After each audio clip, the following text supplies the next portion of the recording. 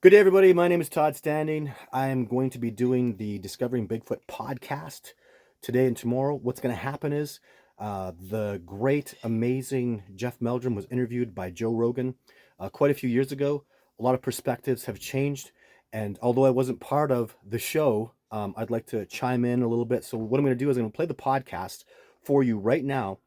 And it's kind of like, consider it like the Jeff Meldrum, Joe Rogan interview director's cut with Todd Standing talking about it. So I'm gonna be very I'm not gonna really weigh in my opinions too much. I'm gonna talk a little bit about facts here and there, things that I've seen and knowledge that I have of what's going on with Jeff Meldrum. And this is from 2013, so I think it's pretty important that I chime in here once in a while just to make sure you're up to date with what's happening. Because I think it's a great podcast. It's amazing that Jeff Meldrum got on the podcast with Joe Rogan so early in Joe Rogan's podcast career. So let's get on to it. Let's do it right now. Let's start right here with Joe Rogan introducing Jeff Meldrum.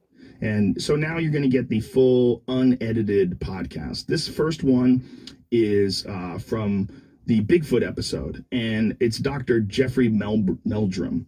Dr. Jeff Meldrum is, in my opinion, the most credible of all the Bigfoot believers. I shouldn't say the most credible, because maybe there's some out there that are just as credible that I haven't met. He's the most reasonable guy that I communicated with, and I really respect him for his, first of all, his stepping out and saying that he really thinks this is a big, real, undiscovered primate living in the Pacific Northwest, which takes a lot of balls for someone who's a legit professor. Because people immediately think you're fucking crazy if you tell them there's an unknown monkey living in the woods. Right. He doesn't just... Not a monkey, though. A bipedal hominid. And that's what Jeff Meldrum will refer to them as, is a relic hominid.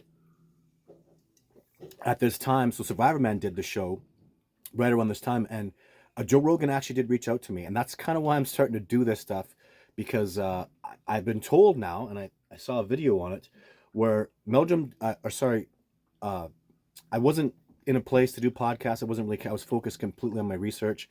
So after, especially Survivor Man did the show, they were talking about me a lot. And as you'll hear here, Joe Rogan thinks that, I don't want to quote him precisely because I'm not going to use profanity, but fake as F, he thinks that the Patterson footage is completely fake. It's completely a monkey suit. It's pathetic. And that footage is absolutely real. He's totally incorrect about that. And if Jeff Meldrum especially, nobody more qualified than Jeff Meldrum, gave him a breakdown of the specific evidence that he has now, especially to date, it's unbelievable. It's absolutely spectacular. The Patterson footage is 100% real. I've known it for quite some time, and Jeff Meldrum has just made it it's a scientific fact. It literally is. There's no way he's actually mathematically proven that the odds of what's happened on the Patterson film, for example, just two things off the top of my head, the mid-tarsal joint, not break, but joint, as I call it, that the Sasquatch have, it was unknown in 1967. Not till the 80s they discovered it in chimpanzees and gorillas. So at the time, what Jeff Meldrum's point is, it was actually counterintuitive, which means it makes it look fake because there is no mid-tarsal joint known to science at the time. And now we discover later on there is such a thing, and it would be highly advantageous and quite likely that a species, a hominid that big, would have a joint like that. So part of his anatomy. One of a dozen other things is they were walking in alignment. At the time, we don't know about anything hominid-wise that walked in alignment like that. And we've learned since then, in the trackways, and the thousands of people have seen it now. And in the anatomy, proven by Jeff Meldrum, the Patterson female walks in alignment. Human beings don't walk. Human beings walk like this. The Sasquatch walk in alignment like that. And it's actually a very efficient way to move. So all these things have been discovered. The Patterson footage is absolutely real. And Joe Rogan, to date, thinks Sasquatch is here. In this podcast, you'll see his opinions, but currently his perspective is they absolutely don't exist. My footage is fake as F, and the Patterson footage is fake as F. So he's called me out. I'm calling him back out because my footage is real, and don't take my word for it. Come out with me, Joe Rogan. I'll show you a Sasquatch. So let's do this podcast. Do that. He does that from an academic point of view. He's a very, very bright guy, and he also does that as an expert in human movement. And I found his theories on the Sasquatch, combined with this knowledge that he has about human movement, to be very fascinating. And his analysis of footprints and what's unique about these footprints and why it mimics actual real primates and not human beings, in fact, I thought was also incredibly fascinating. Amazing. He's a brilliant guy and a very nice guy, and I appreciate very much that he took the time out of his busy schedule to come on the show. So enjoy. This is Dr. Jeff Meldrum, and once again, thanks to everybody involved in the show, everybody from the cameraman on down. It was an amazing, cool place to work for a few months. So big kiss to you all, and now enjoy a podcast with powerful Duncan Trussell and Dr. Jeffrey Meldrum. Joe Rogan Podcast, check it out. The Joe Rogan Experience. Train by day, Joe Rogan Podcast by night, all day.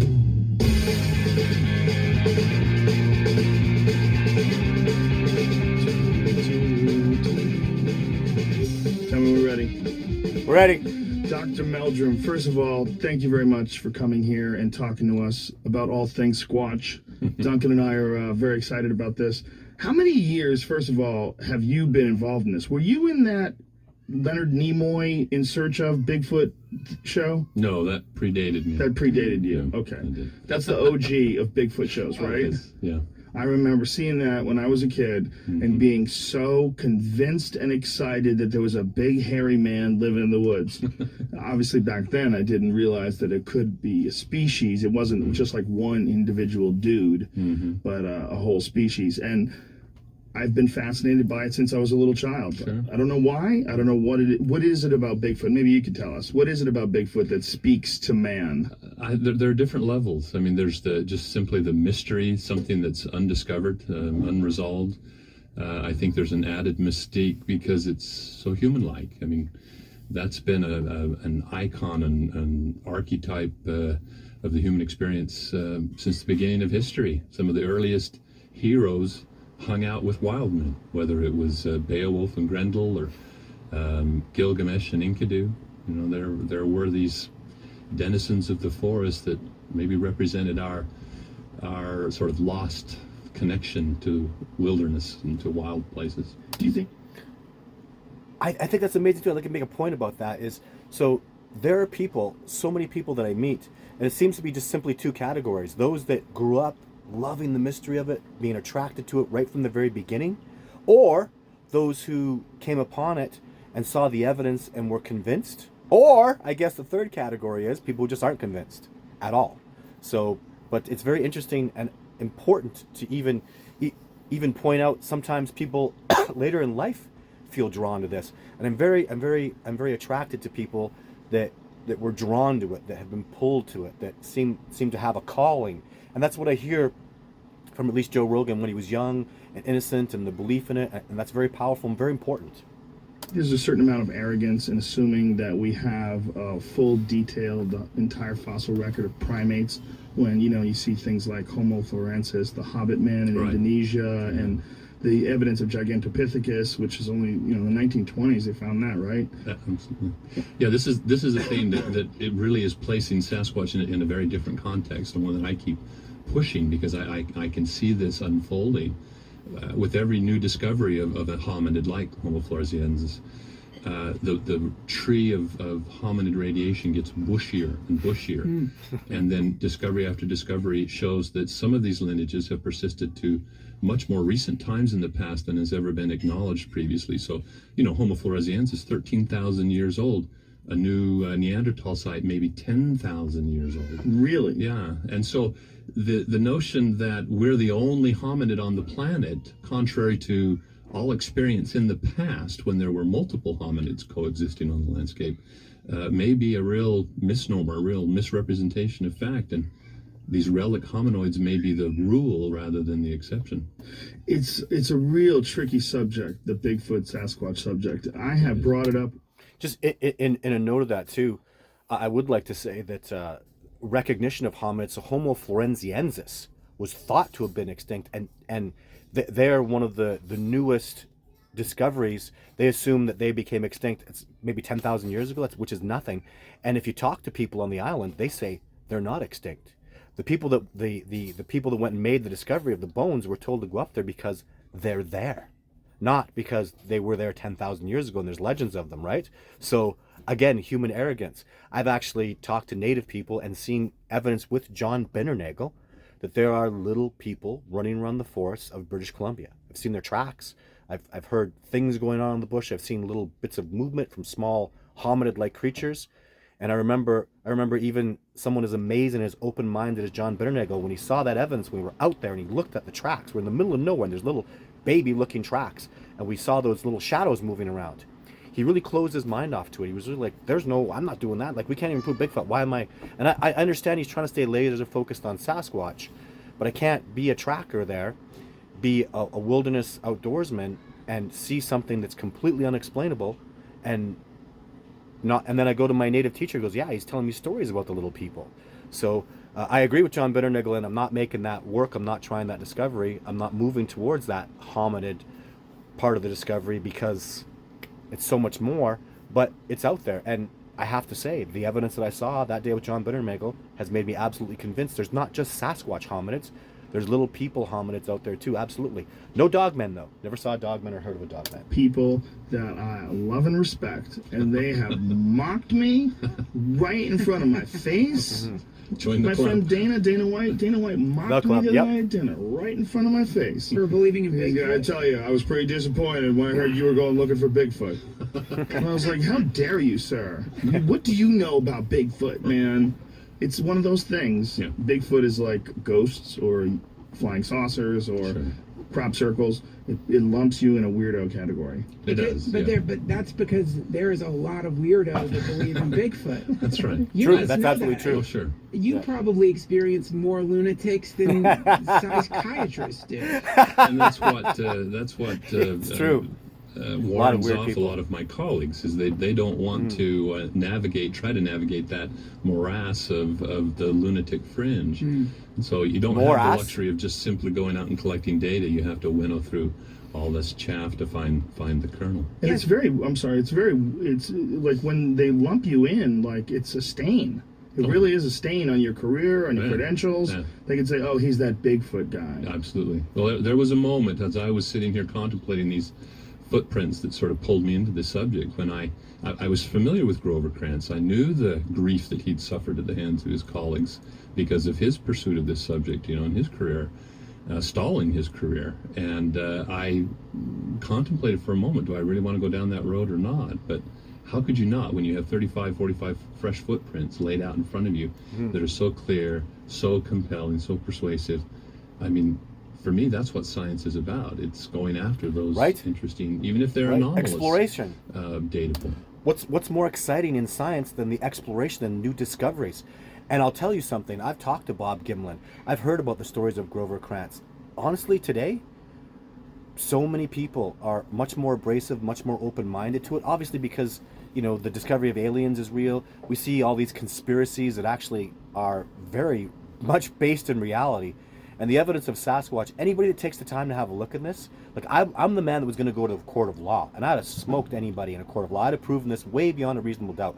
And that's something I want you all to understand. If I took this to court, I would literally have DNA, the most incredible, amazing professors, PhDs, police officers, wildlife officers, witnesses would come forward and say, 100% I've seen it. In a murder case, beyond a reasonable doubt, 2-3 people show up, some DNA comes up. I mean, the dude's guilty. That's beyond a reasonable doubt. I could smash that out of a park 50 times more. Like, never mind the dermal ridges and Jimmy Chilcott's foot dermals presentation and, Jeff Meldrum and the bipedal and the Patterson footage and the fact that I take people out and show them a Sasquatch. Come on, people. Like, it's real. And I, at this point, because of all the work of all these amazing people like Grover Krantz and Jeff Meldrum and Survivor Man and John Bindernagel, all their amazing work that's built up to this summation of the evidence is so overwhelming, guys. It's so overwhelming. It blows my mind. And now when people go, "Oh, you're crazy, it's paranormal," I go, but you're ignorant and irresponsible in that you're talking without having reviewed the evidence. And nobody who's reviewed the evidence, really thoroughly reviewed the evidence and looked at it, really you're just being arrogant if you completely dismiss it, in my opinion. What was it that got you started on this?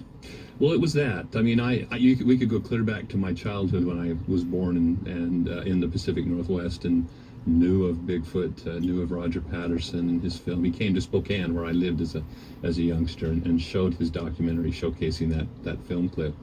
But my academic interest began in 1996 when I was shown this same line of tracks I just referred to in the Blue Mountains outside of Walla Walla, and I tell you, the hook was set. And now what's happening? I think Jeff Meldrum. This is my perspective. What I've seen just recently in the last couple of years with Jeff, watching his news presentation, I see that I think he was honestly, and this is just my opinion, and I apologize. I'm going to go out on a limb here a little more. I think Jeff is one of the original guys that really, he has a photograph from Roger Patterson of the Patterson footage, and he met Roger Patterson and got an autograph as a little boy. So from what I see, I feel like Jeff Meldrum is one of the, as I talked about before, one of those original people that had a calling to it. I feel that was him, and maybe he came off track and back, but I really think as a little boy, he felt a calling to this. He was excited, the same way Joe Rogan was. And he's an original guy, and the reason I say that is when I took him out and I showed Jeff Meldrum a Sasquatch, like is in my movie Discovering Bigfoot, they were like a beehive around him. Like they were so, oh my God, who is this guy? And it's because he's very special. They were like that with Survivor Man. That's why Survivor Man had such incredible success with me. It's really Survivor Man, it's the individual that they were so attracted to. I believe they've been calling Survivor Man, they've been calling Jeff Meldrum. I believe as a young man they were calling Joe Rogan. And I'm starting to really see a lot of, this is my theory, this is my hypothesis. And what's happening is it's really starting to show significant evidence to support that based on what these people, Jeff Meldrum coming out in you got to understand, that was 3 damn days with me. Do you really hear what I said? In 3 days, Jeff Meldrum saw a Sasquatch and had them interacting with them. And that's, the right time of year, being guided very well, but there's only so much I can do. The Sasquatch went absolutely ballistic about him. And this interview is in 2013. It's literally a year or two before I showed him a Sasquatch. So he's going to talk about later on about how he saw, or what his best interaction is. Now that's over. He's seen a Sasquatch, and it was documented in my movie. Is there ever been a moment where you stepped back and said, hang on, am I wasting my time on some hooey? Sure. Oh, sure. Is there a lot of hooey involved in the subject? There is, yeah. And you got to get past that. But I tell you, what I have seen, what I've experienced firsthand, be it finding tracks in very remote areas myself, hearing vocalizations, having rocks thrown at me, and tell us about your experiences. You've seen tracks where there's no people, like deep in the woods. Yeah. What'd you say? On several occasions. Well, one was in connection with a kind of an interesting possible interaction. We never actually saw something or anything, but when you eliminate the likely scenarios, then the unlikely is what you're left with. And in this case, we were in the Siskiyou wilderness of Northern California, one of the first expeditions of sorts that I participated in. Patterson footage was done in Northern California. From our base camp quite some distance off trail to investigate some lakes we thought might have been shrunken up in the heat and exposing mud flats for more tracking opportunities. Very smart. We did find a set of tracks on a dusty stretch of the trail. If you've ever been out camping, you get up real early and the dust of a campsite is still moistened with the dew, and you step out of your tent and everything sticks to your foot. Those were the kind of footprints that we found on the trail one morning. They were just as clear as could be, something with a 16-inch foot, 5 toes. Wow. Had stepped in that dew-laden dust, and it just lifted up a perfect outline of a footprint. Wow. Now, as a Bigfoot freak, yeah, what was that like for you? This is like your first piece of evidence. You're stumbling upon it yourself. That's right. Yeah. Well, it was. Were you freaking out? No. I mean, it was confirming. I'm freaking out. I'm not even there. Yeah, I'm freaking out too. It's awesome. But by that time, there were moments. We'd been in the woods already for over 4 weeks, and so we had kind of gotten to the point. You have to sort of steel yourself against that natural fear reaction to those circumstances. But I think this is something that a lot of Bigfoot hunters assume, which is that Bigfoot is sweet, or Bigfoot's this harmless being that's out there picking flowers and printing his footprints in the dew. This could be a killer. This thing could be a deadly angry, tired, bitter old jungle ape. Yeah. Aren't you worried that in your quest for Bigfoot, you actually might find him? Well, find one of them too. Let's make it clear. Yeah, there's more than one. Yeah, this is not one lone monster roving the. Right. Yeah, but It's not a boogeyman. but your point's well taken. I mean, clearly this if it exists, this is a large, powerful, potentially dangerous animal and should be shown deference. But Potentially dangerous, if they were yes. killers, like grizzly bears, they would have been hunted to extinction, just like grizzlies were in the lower 48 for quite a period of time. What a good point. There really isn't. I mean, the only stories you hear about antagonistic behavior towards humans is usually precipitated when the humans have shot at them. They've started the quarrel. Right. But otherwise, they seem to be. It's just like with gorillas. Gorillas were billed by Barnum and Bailey as the most terrifying creature on the face of the planet. But now they're considered the gentle giants, the vicar of the endangered, imperiled tropical forests. The predatory primates are the ones that are the most dangerous, right? Like chimpanzees are more dangerous than gorillas because they're predatory. True, yeah. And this apparently, what the lore is, what people believe at least, is that if Sasquatch is a real thing, it eats animals. It And does. it probably eats elk, and Yes, it probably sure. follows elk migrations. Sure. Yes. Yeah, so there is always Right, that risk. Joe's correct. Well done. Anyone who's going out in the woods should do caution. Yeah, I mean, people eat people. Well, sure, Do exactly. you pack heat? Do you pack heat? It depends on the circumstances. Not He's for- a doctor, dude. He carries a gun. How dare you? He's about to say he packs heat. Oh, sure. When we're in the field, I mean, we're in areas where there are grizzly bears, where there's cougar. Northern California, they've got lots of issues with cougars preying on or attacking people. So Oh, yeah. Cougars for are personal security, sure, we sometimes do. Cougars are no joke. Pepper spray too. So. pepper spray and a thick jacket. Those cougars, you want a lot of protection. I prefer a 10 millimeter. So That too, son. And get some Kevlar and maybe a sword. Well, what a predicament you're putting yourself in, because let's say you do run into a tribe of these things, and they're smart enough to know that they can't be discovered. You've got to decide between not getting ripped to shreds by these Bigfoot or blasting them into oblivion. Sure. What do you pick? Well, that's a good question. I mean, That'll it's, never happen. I hate to Not reasonable speculate to too much happen. on a what if scenario. I don't. The Sasquatch see you coming. The Sasquatch hear you coming. They're going to be in a point of safety. They're going to move away. They have complete control. You're not going to surprise a Sasquatch. The squirrels see you coming. The deer hear you coming. The birds give you away. There's 1,000 different ways. You're just not going to sneak up on a Sasquatch. That whole scenario is just, don't worry about it. It's a very domesticated person speculating on a preposterous situation that the Sasquatch. You're never going to sneak up on a herd of deer like that, right? Never mind a Sasquatch. Think that they're in tribal social organizations or that they are that intelligent. I mean, I think we're dealing with at least a large primate, a large ape, and at most Hominid, a very large hominid. Early offshoot of the hominid radiation. that, Hominid. has intelligence that's not much higher than that of a chimp or a gorilla. They are I just have no They are. experience to very intelligent. back up anything beyond that. If I could Extrasensory let you perception. pick a toe, any toe, and we hack that sucker off, and then immediately take you to Bigfoot with cameras, crew, whole deal. You get to see Sasquatch, a whole Sasquatch family. Yeah. Do you accept that? Do you hack off a toe to meet Sasquatch and know for sure? I Yes. could probably get by without a pinky toe. Oh Yeah, my goodness! yeah. You got it bad, sir. I know. You're ready to I do chop two off toes. I'll chop off my toe, throw my pinky into the pot. Would you really? I Absolutely. love my pinkies. I'm not gonna do that. What's man. it for? What does it do? What does it do? What does a pinky even It helps do? you move around, you freak. I wouldn't. What? Barely. It's like Yeah, but it wiggles to the left and it pushes off. It helps you stabilize. the pinky toe. Yes, it's there like for a reason. Barely a Vienna sausage. It's That's like right. this. Maybe yours. Mine's very active. It's hard to clip that little nail, It's wouldn't have to worry about that anymore. Oh my goodness, you guys are both sick.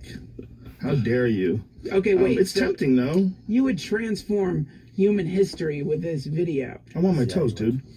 He's right. Discussion over. Selfish. Not chopping. Good point, Duncan. You would transform human history. But it's No doubt a about it. valid question because I mean, a guy like you who's been studying this for how many decades now? Nearly 2 decades, yeah. Nearly 2 decades. Think about all that time and effort. 3 decades now. To see it Yeah. right there. But it's been a great ride. I mean, Right. I've got to see places on this planet and see some of the most beautiful landscapes and terrains and meet all kinds of interesting people. So it's been an interesting experience. Yeah, as we talked to one Sasquatch hunter, what he said was that even if he doesn't find Sasquatch, he's still camping. Oh, Still sure. enjoying Yeah, himself. oh, exactly. I always tell people, cultivate an appreciation for natural history, enjoying the outdoors, because it's like me with fishing. If I don't catch a fish in the first 5 minutes, I'll start to lose interest pretty soon. And if you're that way, chances of you catching a fish or having a Sasquatch experience in the first weekend you go out is pretty slim. So enjoy what you're doing. You Go love mentioned nature. that these creatures throw rocks. Mm-hmm. How big are the rocks that they throw? Well, in my experience, when we were there in the Siskiyous, it was about a softball-sized rock. I mean, if he wanted to cold cock me, it could have probably, Kill but you. I think it was more of I got the impression it was just letting me know that we were close, and I got the sensation, in fact, that we had stopped to take a break at a spot that was on one of the pathways that they follow. It was where we had found the footprints the first go. Wow. Say it again, Siskiyous? The Siskiyous in Northern California, Six Rivers National Forest and Siskiyou Wilderness. So the primary theory when it comes, what's the matter? Just a little tear right there. You're perfect. Sorry. Sorry.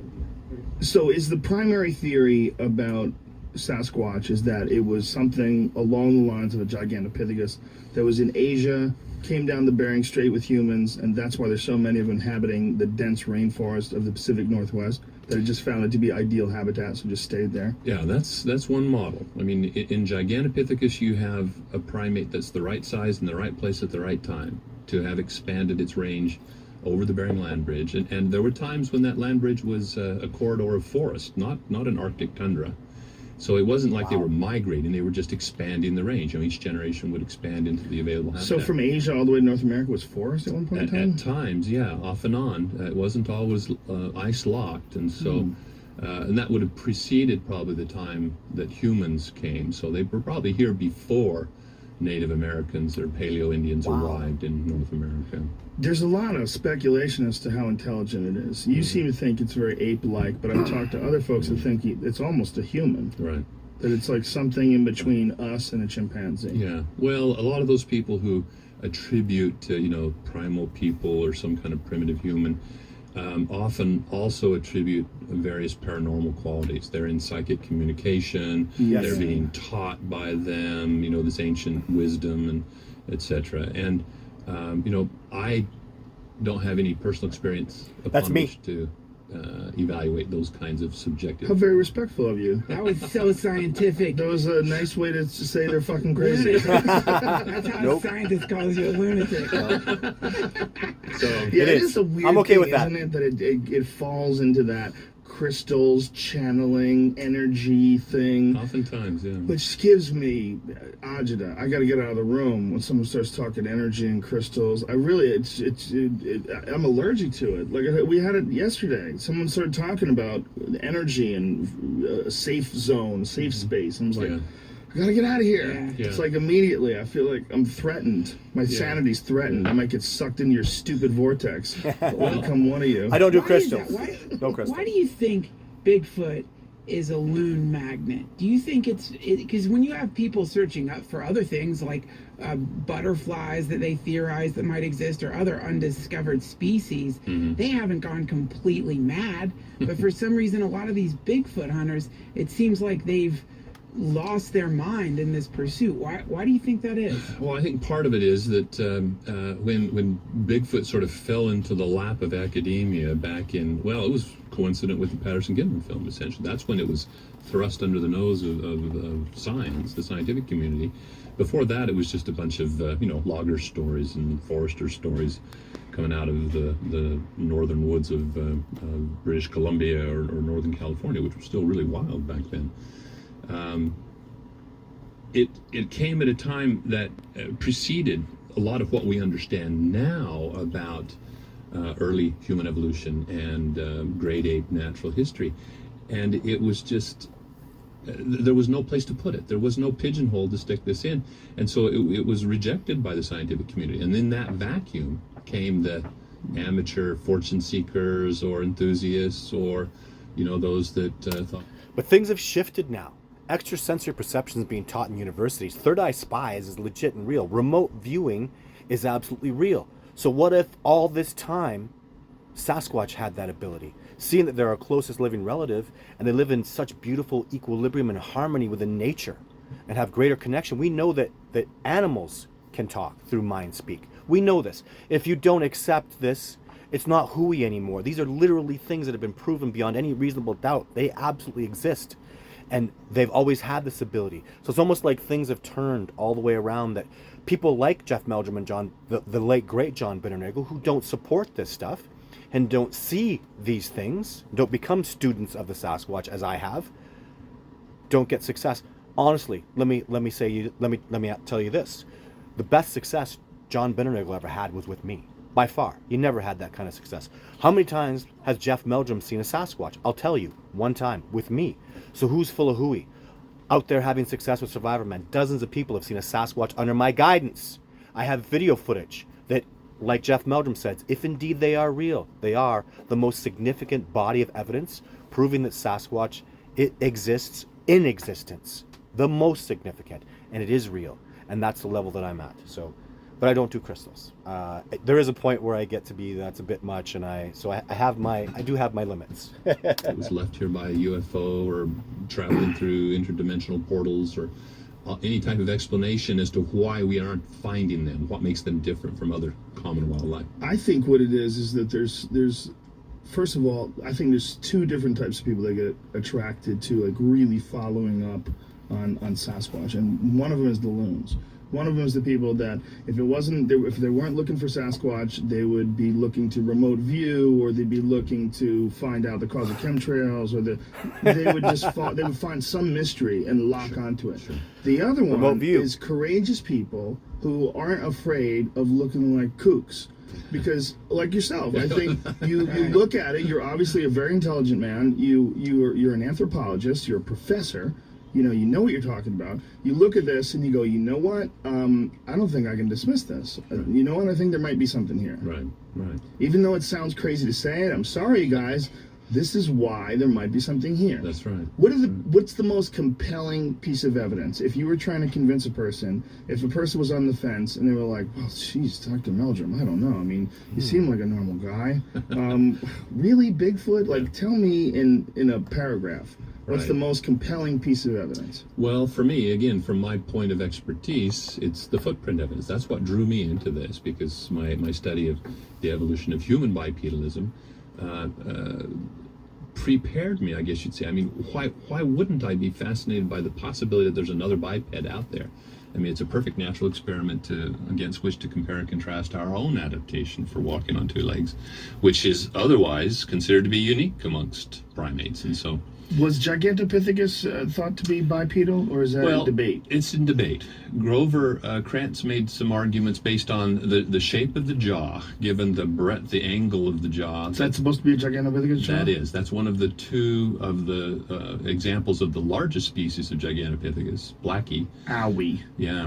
And that looks like it would hurt if it bit you. Yeah. Well, yeah. Those are massive molars. How big is the head then? Like about that? Yeah, absolutely. They call that thing Blackie?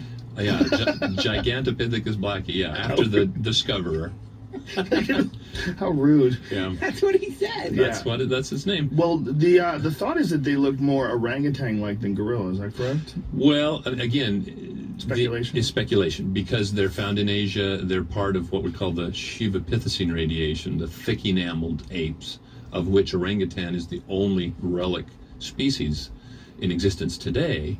But again, there's no way to know. I mean, gorillas and chimps are closely related, and yet their skulls look quite different from one another in many ways. So the footprint evidence is, in your opinion, the best evidence, right? And this one that we both have the same one. Right. What is the origin of this footprint? This was cast by a deputy sheriff by the name of Dennis Hereford in the 80s in Grace Harbor County, Washington State, so over at the base of the Olympic Peninsula.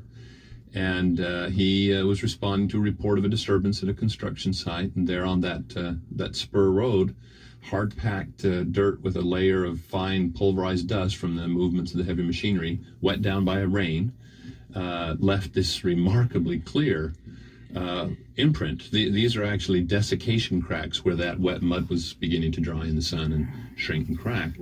But the extrusion of the mud around the footprint and between the toes and all left a very striking facsimile of that foot. It seems so uniform. That's where I start to get skeptical. Again, it's the remarkable conditions. When there were photographs of a number of footprints at that site, including some interesting what I refer to as half track. What Joe's talking about, which I agree with him, is Joe's seeing too much perfection in it, and I agree. That takes away the organic look of it because a living being has motion and stuff. But what Jeff's saying is that was the best of them. That was one that just had that perfect step, perfect strike, gave that perfect anatomical look, which is very rare. But Joe's point is very, very important because if you see tracks and they're all beautiful and straight, and that to me speaks of, I call that an inorganic trackway that looks very fraudulent. So good point on Joe. That terminate. I mean, the details on here are remarkable. You can see what looks like the head and the base of the fifth metatarsal, maybe a little bit of arthritis or some kind of injury to the joints there. Yeah. This bulge right here then is the key, though. That you have on the side of your foot. If you left a wet footprint on the cement when you came out of the pool, you'd see that bulge, and it's at the it's positioned at the what we call the calcaneocuboid joint, which is right there. Now in apes, these two joints across here are much more flexible. They're adapted to climbing trees. If this were a chimpanzee, it would look more like this. And when they're grasping that branch, then you have to be able to lever the foot without disrupting the grip. We've changed that altogether by relinquishing that grip and incorporating the big toe into one stiff lever like this, so the whole foot acts as a mechanical lever. But there's moves here remarkably. Sasquatch foot appears to have retained that ape-like degree of flexibility, which is actually pretty elegant adaptation to climbing on very steep, rugged, mountainous terrain. Good point. What would be the evolutionary benefit of keeping a human-like foot as opposed to like a gorilla or a chimp, where they can grab and climb with their feet? Well, when you're 800 pounds, it's kind of dangerous to climb Maybe up into 9, trees. Besides, maybe 950. What would you look for up there? We don't have fruiting trees in the coniferous forests. Brilliant. The fruit element of your diet is in the understory. The berries in the shrub layer. So I've heard a couple people say they climb trees. You think that's hooey? Well, it's probably juveniles, maybe to putting a youngster up in a tree in order to get it away from potential predators. If you're parking it there while you're off foraging, for example. But no, I don't think. I mean, just as large male gorillas don't spend much time climbing up in the trees, because a fall, even for humans, a fall from 10 feet can be fatal if you're experienced rock climber. Yeah. It seems like if you wanted to fake that, you would have to have a very advanced understanding of gorillas. If you were going to draw that thing and spend the time doing it, you'd have to have a deep understanding of primates. Or you're really shitty at making a fake foot and you just got lucky, incorporated something that looks remarkably similar to that metatarsal break. I don't know. That's good luck. I would never throw an accidental metatarsal break. Is that what it is? A metatarsal break, or did I make that up? No, that's right. How are you going to I call it a joint. Draw a Metatarsal break? joint. But where are his calluses? It seems like his feet are kind of shaved down Beautiful. or manicured. They're perfect. Beautiful. It's like he could go to the beach right now. He could go and lay out, and people would think he had great feet. Well, again, the conditions of that particular footprint were just really quite remarkable, making a very clear imprint. But it's indicated that the sole pad is probably pretty substantial and pretty thick. We have some examples of them where they've stepped on rocks or stepped on other obstructions, and that sole pad, that substantial sole pad, is able to accommodate those intrusions quite remarkably. But it's the composite. If you take one example and you look at it, you can dissect it and criticize it and pick it apart and question it. But then you see, as you point out, repeated appearances, not only showing, for example, the mid-tarsal break, but these correlated half tracks that where they're running. I mean, when we run, because of our stiff arch, if we're sprinting, not exhibiting a heel strike, we'll leave just an abbreviated footprint because we're up on the ball of our foot. since their foot's flexible, when they run like this. And it imprints the entire forepart of the foot. So in other words, if this individual were running, its running track would look like that. And again, so that's the question I've often asked. If this is all just spurious convergences of would-be hoaxers, who's passing out the little black book giving instructions on how to fake a, because it's all the same. remarkably consistent. How uniform is All that? the same. It's Remarkably very consistent. Remarkably, yeah. Example after example after example. I mean, to the point that I took the leap of intellectual faith, if you will, of naming the footprints. There's a convention of taxonomy called ichnotaxonomy that applies Linnaean classification schemes to trace evidence, like footprints, where the maker of the footprint is unknown. And so we can now call these footprints a published, peer-reviewed name. That's amazing. Anthropoidopes ameriborealis, which is North American 8-foot. North American 8-foot. And Wow. it's How silly would that be if it's all fake, though? God, you Well, made a that whole would be very beautiful silly. It's not sounding possible. Latin It's name. impossible. well, it's going to be hard to prove that something Science has doesn't exist, accepted. though. I guess so, but that's as not what real. science is all about, right? It's supposed No, it's not. to prove Jeff that Meldrum things did that. do exist based on evidence. Based on the evidence, and that's it. It's based on a diagnosis of distinguishing characteristics. These are not just facsimiles of enlarged human footprints like No this way. example. No way. You know, this is actually pretty large. This would represent an individual with a foot that's probably in the upper 1% of the human population. Have you ever seen Shaquille O'Neal's shoe? No, I haven't. I've always wanted to I get got a photo. I got to remember to get it to you guys. It's a picture of me, my face, next to Shaquille O'Neal's shoe. Yeah. And it's bigger than my entire head. Yeah. It's huge. Yeah. I'm not kidding. It's bigger Yeah. than this. Yep. So It's Shaquille, totally bigger than this. so Shaquille O'Neal, if he wanted to, could be the greatest Bigfoot 100%. hoaxer of all He time. is Bigfoot. He could I mean, if he went and wandered through the woods, he's 7 feet tall. He's more than 300 pounds. Yeah. You just slap some fur on him. Does It's his Bigfoot. foot, his No, foot have the he's same not, kind though. of bend?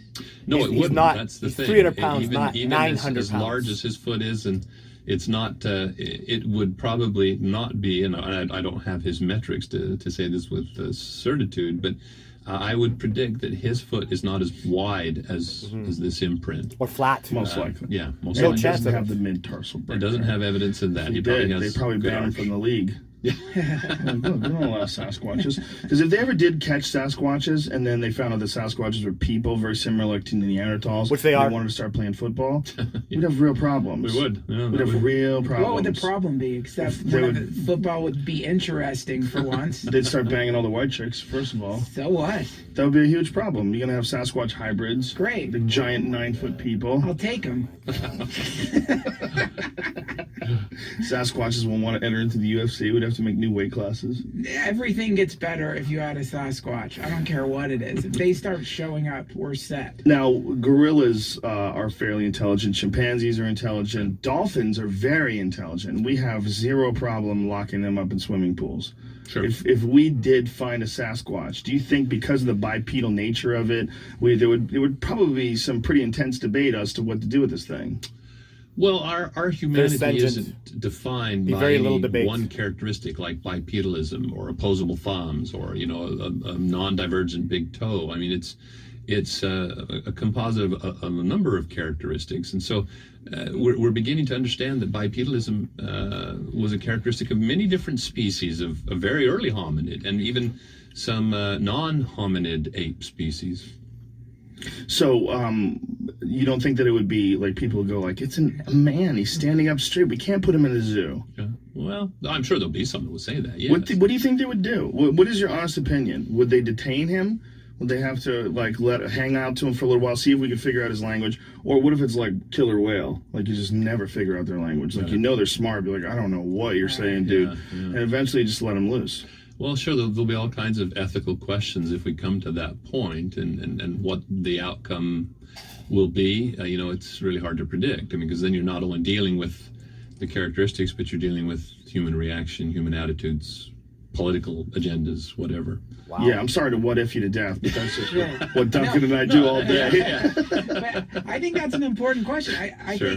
I think when you're out there looking for this thing, you do have to consider that your discovery of the thing might be the worst thing that ever happened to Sasquatch. In a way, you're his enemy. Yeah, well, and that's been suggested to me and brought up numerous times by various people. One of my responses is simply the formal recognition, the discovery of this species isn't suddenly going to make it easy to go out and shoot a Sasquatch or to catch a Sasquatch. It's not going to change much at all. There's a study underway now to examine, extract and examine DNA from hair samples attributed to Sasquatch. If that researcher, Dr. Brian Sykes, from Oxford, if he discovers a novel sequence that confirms that there's a species out there we don't recognize, it's not going to change that situation. We still won't know anything else about them. DNA will only tell us so much. It may tell us about where it fits in the family tree, but not what it does on a daily basis or how intelligent it is or whatever. If I'm the president, okay, and I come to you and I'm like, Dr. Meldrum, enough is enough. We need answers. Yeah. We need a Sasquatch research team head up by you, sir. Mm-hmm. Will you accept this position? Mm-hmm. And you have unlimited resources to go find Sasquatch. Mm-hmm. What's your plan? Well, we've actually got an initiative. Thank you for the segue there. It's entitled the Falcon Project. And this is... You're going to confuse people. They're going to think you're looking for birds. Well. Why not call it the Bigfoot Project? That's badass. Why does it have to be Falcon? That's just badass. It doesn't matter. And the Falcon Project literally never flew. And the technology is changing so dramatically now. Literally, we can actually do so much just with drones. And the thermal cameras they put on drones at the Falcon Project, I mean, I think it's pretty much obsolete and gone the way of this the approach is to use lighter than air ships, a helium-filled dirigible, so a drone, an unmanned drone. God, I love that. But with the capability of hovering, doing a grid search pattern using state-of-the-art thermal imaging and the thermal imaging that some of the best in the world right now on FLIR is on the DJI drones, and the cost now. For $30,000 instead of $300,000, you can have these DJI drones running these patterns and just keep bringing them back and changing the batteries. And that's actually part of the plan that I'm working on right now. Dun, dun, dun. Project Falcon. So that would be the move, balloons. I think this is a novel, not entirely novel. These techniques are being used in wildlife survey studies already. I mean, there are companies that have popped up that provide this service to government agencies, Fish and Game and so forth. It's just the combination with this particular type of an airship. But I think it's the way to get at the daily behaviors and ranging patterns and so forth of these creatures. Yep. On the ground, you're looking for that proverbial moving needle in a haystack. We're going to obviously combine the effort with ground insertion teams that will attempt to follow up to find trace and physical evidence. And how many people do you need? I'm the president, remember? Yeah. We're going to give you an unlimited budget. Not that many. How many? Let's see. Half a dozen could do Listen, we're going to need to take all these people away from the DEA and give them real jobs. This is the move. Take the people from the DEA and put them in the BEA. Yeah.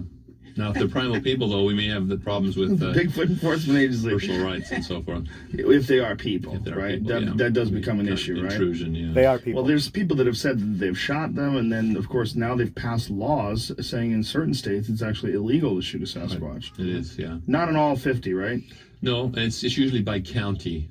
So Bannock County, where I come from, we have a safe haven for ordinance. Sasquatches. Yep. Wow. Now, if someone did shoot a Sasquatch in your county, what's the penalty? It's like a parking ticket, or do you go to jail? They were kind of vague on that. Yeah, what the penalty actually was. I guess we'd have to see. $50,000 fines. Penalty is very significant. Humans. Non-human or human. Yeah. Right. Why have there been no bodies? Why have there been no skulls? Right. Why has there been no hair? Why have there been lots of hair? Lots of hair. But none of it like substantiated as in fact by way of DNA. It's not a human. By way of morphology, we've got hair that can't be attributed to any commonly known wildlife that has consistent morphological characteristics. One of which is a hollow or acellular medulla, the central core, which makes getting DNA from a hair that's simply shed, that doesn't have an actively dividing follicle, very difficult, very challenging. But it was proven to be actual real hair. Oh yes, definitely, absolutely. So real hair. it's an unknown animal's hair. Right. Do you know what kind of animal is that known? Primate-like. Primate-like. Well, definitely. Well, in the sense that non-primate mammals, fur-bearing mammals of North America, have fur rather than simply hair. That means they have guard hairs, these long, coarse, tapering guard hairs that provide mechanical protection, and then the underlying differentiated layer of insulating hair. Very Humans fine have hair, gorillas have hair. fur. It's like down. to Yes, keep warm. exactly. Bears like have down fur. on a bird. They have down and flight feathers. Right. In mammals, it's guard hairs and under fur. Primates, though, don't have that differentiation. They have hair that's kind of like a modified guard hair, but it's untapered. It's long, parallel tips, worn tips. No sign of having been cut. Trimmed. Yeah, With a Flowbee. that's yeah. So Sasquatch with a so we Flowbee got out in the that. woods. What color is the hair? It ranges. We have, and it correlates with the reported colors of Sasquatch as seen by eyewitnesses, from almost white, To blonde. chocolate? They have almost white. Is it the Yeti or actual Sasquatch almost white? Well, we're still talking about Sasquatch, so there have been white Sasquatch described Really? by witnesses. Yeah, rare, but nevertheless seen all the way to black. The DNA on the hair comes up with nothing? Well, it's difficult to get DNA because there's, the way hair is constructed, you have a cuticle, and then you have a layer called the cortex, and then a central core. And if that core or medulla has cells stacked up in it, then that's usually where the DNA is extracted from. In animals that don't have a medulla present, a cellular medulla, then you have very little nuclear material of the cell left in that shaft, in that keratin shaft. And so getting any DNA in order to sequence it is almost impossible. What do the party poopers say that hair is? Well, they don't. They say there's no evidence, that one way or the other. So it's basically you've got this hair that hasn't been identified, but identifying hair is kind of more art than science, because even on our bodies we have hair that differs in appearance: head hair, Yes. beard hair, pubic Eyelashes. hair. Mole Right. hairs. Exactly. Pubic, you had to bring that up, mole hairs. So It's different. Yeah, it's definitely different. Yeah. The inside nose hairs. What the fuck are those all about? Yeah. Huh? Those are ridiculous. Or eyelashes, for God's sake. Yeah. Eyebrows. No one's gonna fit. Here's another thing. In the same way that I can't imagine someone taking the time to fake those footprints, no one's gonna go through the woods with a bag of weird hair and scatter it through the forest. No, but you might pretend you found it. You don't have to go scatter it if you're Right. pretending you found it yourself. Right. But there's a lot of people that Oh, are sure. full of poop, right? We sure. know that. You know that. I know that. And this subject particularly attracts a lot of them. I'm sure you're aware of the gentleman in Montana recently that was killed. Yeah. This hilarious but not hilarious, because poor fellow's just trying to hoax somebody. He had a Bigfoot suit on, got hit by one car driven by a 17-year-old girl, and then run over by another car driven by a 16-year-old girl. He's an asshole. He's trying to scare kids, Well, that could cause a wreck anyway. Well, yeah, look, I have a 16-year-old daughter. If she got scared by an asshole in a fake Bigfoot suit and got into a wreck, I'd be pissed. Yeah. Sure. Yeah. So, the world got a little lighter, as Bill Hicks would say. We lost a moron. This phenomenon, for whatever reason, is, well, I guess there's a bunch of reasons why people would want to hoax it. First of all, notoriety. Sure. Second of all, because it's fun. And third of all, because it's so similar to us. It's not like if we tried to hoax the Loch Ness Monster, that would be a pain in the ass. Yeah. But, you're a fairly big guy. We'll put you in a big monkey suit, put you at a distance, Sure. have you wandering around, as long as there's nothing, we could line up for perspective.